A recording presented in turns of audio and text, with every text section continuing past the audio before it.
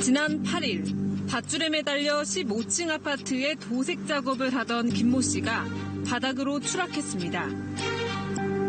의지하고 있던 밧줄이 갑자기 끊기면서 김 씨는 목숨을 잃고 말았습니다. 7가족 가장의 생명줄을 무참히 자른 사람은 이 아파트 주민 서모 씨였습니다. 시끄러우니까 음악을 끄라고 하니까 그 작업자는 음악을 껐습니다. 그런데 이제 이 피의자 눈에 보이지 않는 다른 쪽에서 작업을 하던 작업자가 이제 사망한 사람이죠. 그 작업자가 음악을 계속 틀어놓고 있으니까 자기가 먼저 CBN 그쪽 라인에 계신 분 줄을 먼저 껐다가 반쯤 껐다가 보니까 소리가 다른 쪽에서 들리는 거예요. 그러니까 음악 소리가 다른 쪽에 들리는 쪽으로 가서 이제 그쪽에는 완전 절단을 해보는 바람에 그분이 돌아가셨고 이쪽은 미수에 그친 거죠. 음악 소리가 시끄럽다는 사소한 문제인데도 불구하고 왜 끔찍한 범죄로 이어졌을까? 경찰 수사 결과 순간적인 화를 참지 못했고 범죄를 저질렀던 것으로 드러났습니다.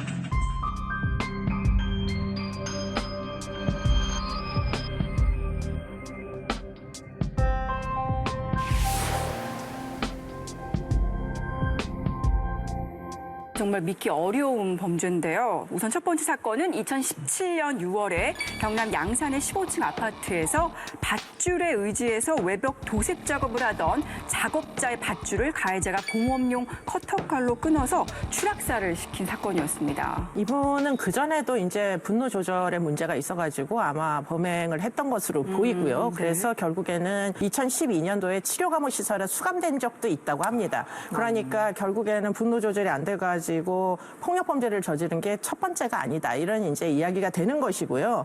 그런데 이제 치료감호로 이제 수감이 됐을 때 아마도 그때 이제 간헐적 이제 폭발성 장애, 예컨대 분노 조절에 문제가 있는 장애 진단을 받은 것 같은데 이런 이제 증상이 왜 발생하느냐는 여러 가지 이제 경로가 있습니다. 우울증 끝에 이렇게 충동 조절이 잘 안 되는 쪽으로 진행되는 경우도 있고 또 범죄자들 중에는 성격 장애가 아주 심해서 결국에는 화풀이를 누구라도 내 화풀이의 대상이 되라 이래가지고 이제 화풀이성 피해자를 물색하는 이런 경우들도 있거든요. 그런데 이제 이 사람 같은 경우에 지금 이제 이전에도 치료감호 전력이 있었던 걸로 보면 아마도 피해 망상 같은 것이 기인된 그런 이제 뭐 사연이 아니겠느냐 이렇게 이제 보입니다.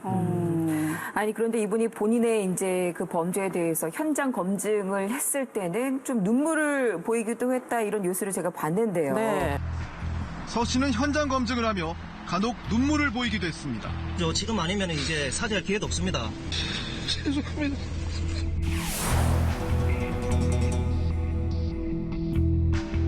죄의식은 좀 있다는 거네요. 그렇다고 봐야 되겠죠. 그렇기 때문에 뭐 전형적인 사이코패스다라고 보기는 좀 어려운 것 같고 치료 감옥까지 갔던 이제 과거력으로 봤을 때 아마도 진단명을 받았을 개연성이 굉장히 높은데 조현병 등 진단명을 받았다면 그것으로 인한 어떤 지속적인 약물을 복용하지 않으면 안 되는 상황에서 지금 이러한 이제 소음이 계속 발생하자 자기 조절 능력에 문제가 있는 사람이 가서 이제 화풀이성으로 행위를 우발적으로 한 것이 아니냐 이렇게도 볼 수 있는데요.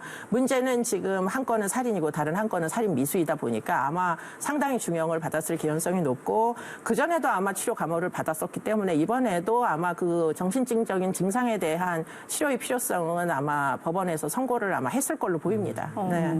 아니, 밧줄을 절단한 가해자는 재판에서 피해자에게 편지를 통해서 사과하고 싶다 이런 뜻을 전하면서 사과 편지를 전달할 수 있도록 재판부에 기일 연기를 요청하기도 했다는데 아니 뭐 사실 정작 그 편지 받을 사람은 벌써 돌아가셨는데 그렇죠. 그게 무슨 의미가 있나 싶고 이 사건 이후에도 또 다른 사건도 일어납니다.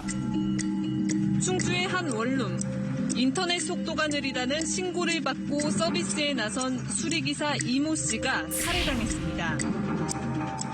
어떤 뭐 흉기 들고 좀 싸웠다고 하시더라고요. 네, 그래서 좀 큰일 났구나 싶었죠. 이 씨에게 흉기를 휘두른 이는 원룸에 살던 55살 권모 씨.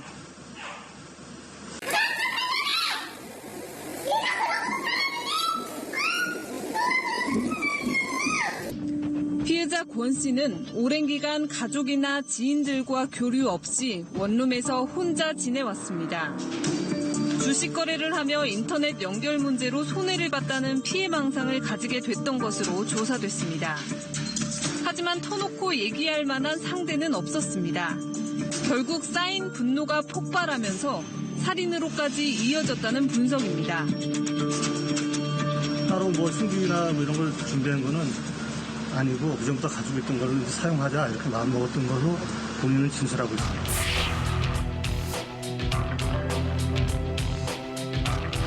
분노범죄 두 번째 사건, 2017년 6월 16일 충북 충주에서 일어난 인터넷 수리기사 살인사건입니다. 같은 해에 아마 일어난 사건이었던 것으로 기억이 납니다. 그러다 보니까 뭐 일련의 사건 때문에 사람들에게 굉장히 관심을 많이 받았었는데요. 인터넷 수리 기사님이 집에 방문을 하지 않습니까? 민원이 있을 때 뭐 속도가 너무 느리다거나.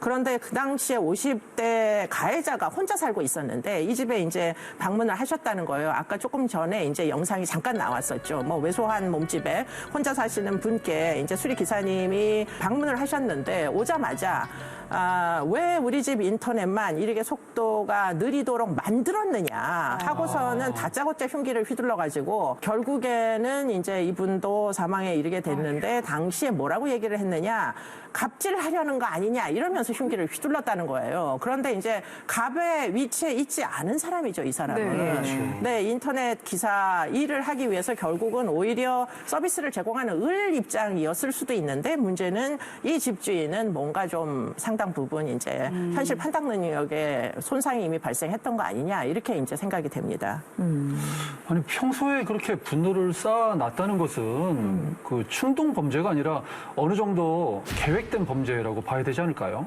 글쎄 이제 그 부분이 언제나 이런 사건이 일어났을 때 논쟁이 되는 부분입니다. 왜냐하면 이분도 흉기는 이미 집에 있던 거를 사용을 하다 보니까 이제 뭔가 증상이 진행이 많이 돼가지고 화풀이 대상이 필요해서 결국 인터넷 민원을 내서 방문 기사를 집으로 들어오게 한 거 아니냐 이렇게까지 그렇게 되면 상당히 계획범죄라고도 볼 수 있는데 그런 부분은 인정이 안 됐던 것 같고요. 아마도 이분도 정신적으로 취약성이 있어가지고 상당 부분 이제 우발적인 범죄인 것으로 그렇게 판단이 됐던 것으로 보입니다. 네.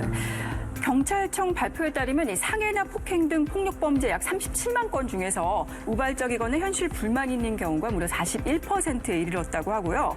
안타깝게도 두 사건이 일어났던 2017년에 이어서 2018년에도 이 분노 사회를 극명하게 보여주는 최악의 사건이 일어났습니다. 끔찍한 사건이 일어난 건 지난 14일 이른 아침이었습니다. PC방에 있는 상가를 향해 한 남성이 급히 뛰어가는 모습이 CCTV에 포착됐는데요. 그리고 얼마 뒤 인근 119에 신고 전화가 연이어 접수됐습니다. 차가 두 대가 나갔는데요. 처음 신고받았던 구급차의 출동 내용은 알바생이 다쳤다고만 써낸 내용이었고 저희는 사람이 찔렸다고 신고가 들어왔었던 내용이었어요. 신고를 받고 출동한 현장, 건물 지하 에스컬레이터 옆에 있는 CCTV 속을 뛰어가던 29살 김성수가 경찰에 붙잡혀 있었고 바닥에는 또 다른 남성이 쓰러져 있었습니다. 경찰관이 가해자를 제압해서 다른 곳으로 이동 조치하고 있는 상황이었고요.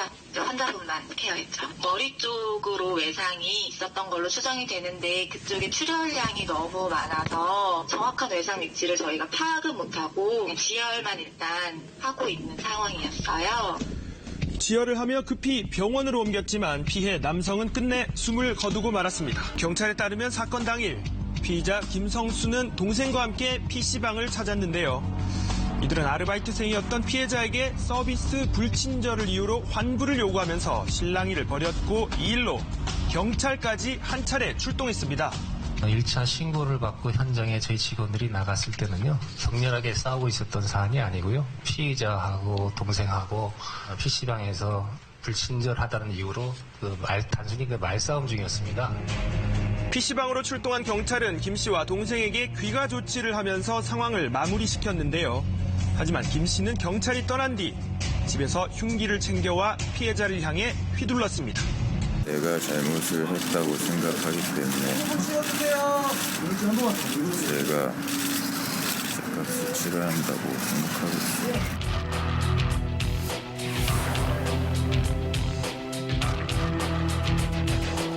네, 참 안타까운